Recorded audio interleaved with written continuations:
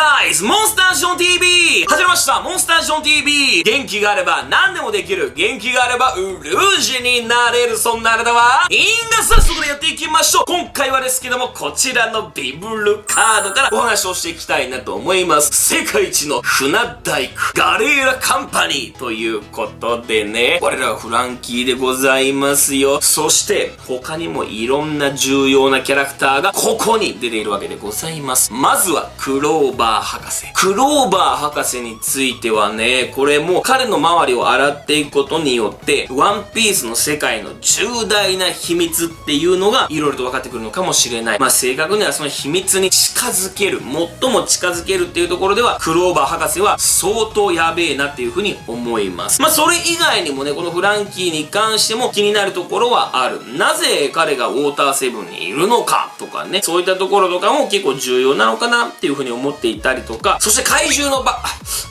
あさん元井心さんに関しても意外と面白い事実がここに書かれていたりとかね、トモさんとの関係っていうね、こういったところも改めて見てみると、面白いなっていう風になってくるわけでございます。あとはやっぱね、ノロノロ兄さんでございますよ。ノロノロ兄さんについてもいろいろとね、ちょっとこれは繋がってくるかもしれないっていうところがあるわけでございます。まずはフランキーからお話をしていきたいなと思いますけども、彼の親誰ですかねっていう問題でございます。これについて僕ね、3つぐらいパターンっていうのを出していて、それというのがまずはベガパンク。ベガパンクがなぜここで上がってくるかというと、頭良すぎ問題。もう天才ですよ。マジで天才の域に入っているのが、このフランキーでございます。シーザーもめちゃくちゃびっくりしてたわけでございますけども、要するにベガパンクのね、やっていたような研究っていうのをまんま再現したりとか、それどころか、ベガパンクが当時できなかったようなことを、今の技術を取り入れて、完成させていくっていうところではもう天才でございますよ。戦艦作りから始まっているわけでございますけどもね、テッド君がなんか暴れておりますけども、テドーどこ行った？いた。なんかずっと歩き回ってるね。テド君元気ですか？テド君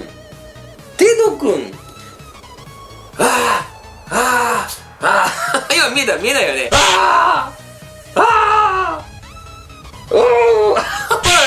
ギリね。ちょっとおいで。いやよ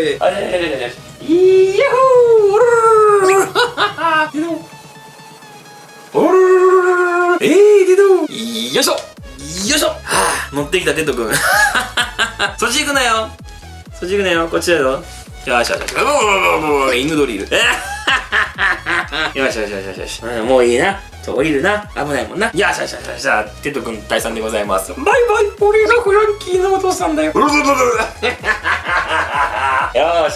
し、待ってるよ。フランキー父。はい、ということで、フランキーのお父さんは、だから犬なんですよ。以上、じゃあ今回はこの辺で締めていきたいなと思います。ダメか。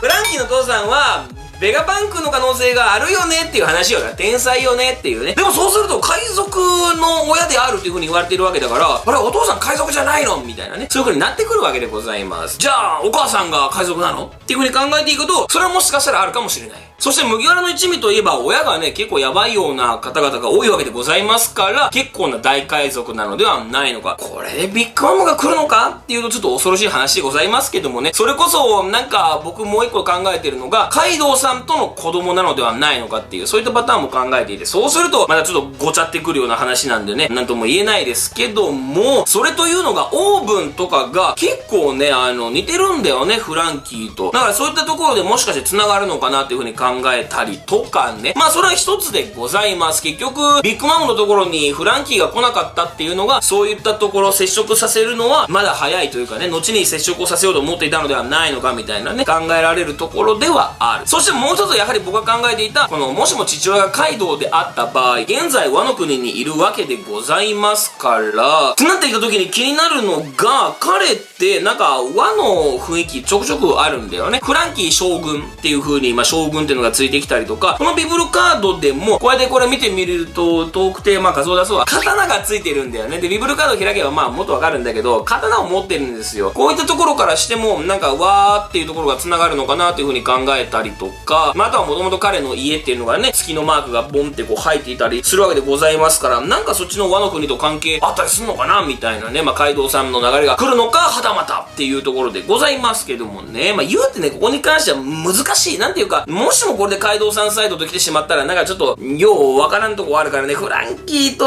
オープンさん似てんだよね。でもそうするとお母さんがベガパンクなのかみたいな、なんかベガパンクは実は女だったみたいな話になってきて、でもなんかちょっと雰囲気違うじゃないですか。だから、なんとなくカイドウさんも違うような雰囲気を僕は感じていて、やっぱ感覚としてはその血筋っていうところで、このベガパンクはあるのかなっていう風に考えていて、でもそれが実はお父さんではなくて、年代がもしもこのベガパンクの年代がね、まあ要は研究チームのリーダーであったと、もともと研究チームをやっていて、ジャッジさんとかがいて、で、それのリーダーであると、周囲であるっていう風になってくると、ジャッジさんとかがね、ちょうどお父さんの代になってくるわけだから、実はそのお父さんとかではなくて、ベガパンクはおじいちゃんだったみたいな。で、お父さんで別で海賊がいるみたいなね。そうなってくると、それはそれでっぽいのかなっていう風に考えたりとか、じゃあ誰ってなってくると、まあそのもう一つ考えているところでは、シャンクスのところに行ったその竜の入れ墨が入っている、彼がちょっとっぽいなっていうサングラスをしているところでも、フランキーとね、被ってきたりとか、髪色もちょっと似てるんだよね。そういったところで、そこは来るのかなって、お父さんだったら理解できる。だからその頭の良さっていうところが、おじいちゃんからの、まあ受け継がれているものっていう風になれば、ま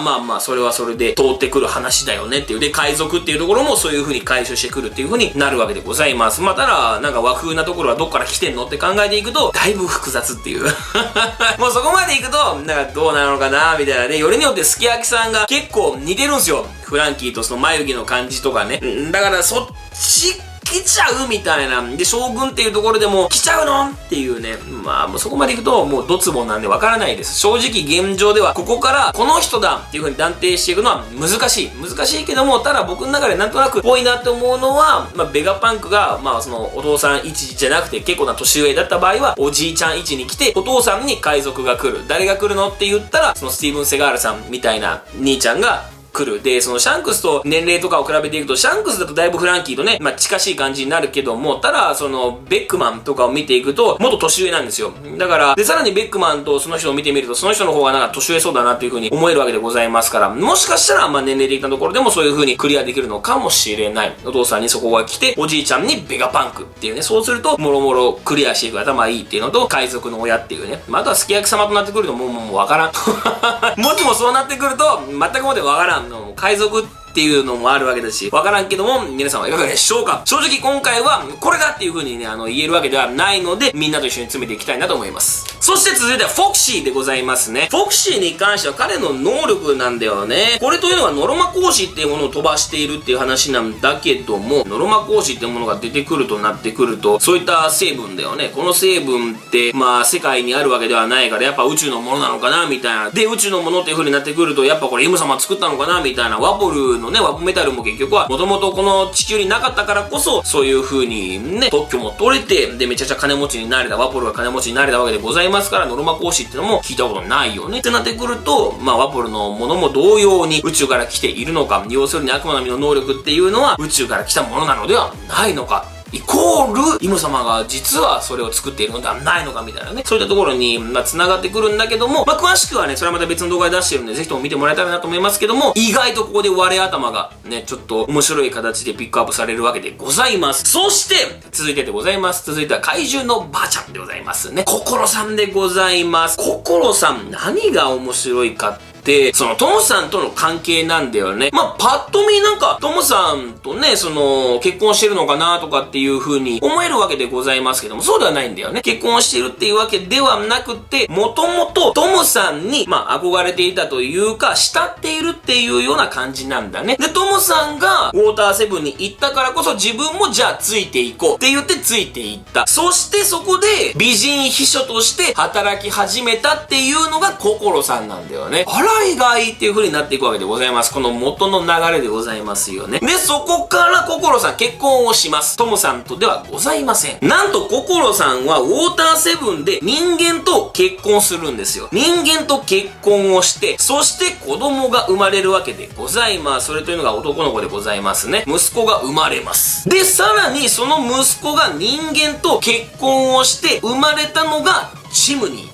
だからチムニーっていうのはクォーターなんですよ。結構これ面白くない？この流れは相当ね、あ、そういう感じみたいな。だからチムニー、まあ結構年齢離れているからさ、心さんと。どうなのかなっていうね。でも、あからさまにもう血筋なわけであって、何なのかなって考えていくと、実はそういったような流れがある。で、そこから繋がってくるのが、トムさんがロジャー海賊団の船を作るのを手伝うっていう風にここに書かれているんだよね。それはいいんだけど、じゃあ心さんの旦那ってどこ行ったのみたいな。今、一人じゃないですか。一人だから、どこ行ったのかなって考えると、実はその旦那さんっていうのが今、ロジャーさんの船に乗っているのみたいな、今てかまあ船に乗っていたのみたいなね、考えていくと、それは面白いよね。で、そこからのロジャーさんのメンバーとなってくると、もういるだけでもう逮捕で処刑になっちゃうから、もうチリチリにどっか行くしかないわけでございますから、現在どこにいるっていうところになってくるけども、いずれにしても、もしかしたらそういうようなつながりがあるのかもしれない。もしもこれでね、ロジャーさんのところに乗ったみたいな、旦那さんが乗っていったってなると、だいぶ面白いななんて思います。そしてもう一つ、これも結構面白いんだけども、アクアラグナ。このアクアラグナっていうのが年々どんどんね、ひどくなっていってるわけでございます。年々どんどんってなんかすごい面白いね。年々どんどん、年どんどんみたいなさ、なんかすげえわけわからんようなね、感じでございますけども、まあ、どんどんね、悪化しているということで、このままではウォーターセブンが沈んでしまうというね、そんな流れでございますけども、僕だいぶあれ、なんか、ぽいなと思うのが、脅しに思えるんだよね。要するに、そのウォーターセブンで住んでいる人に対しての脅し。全員に対してじゃなくて、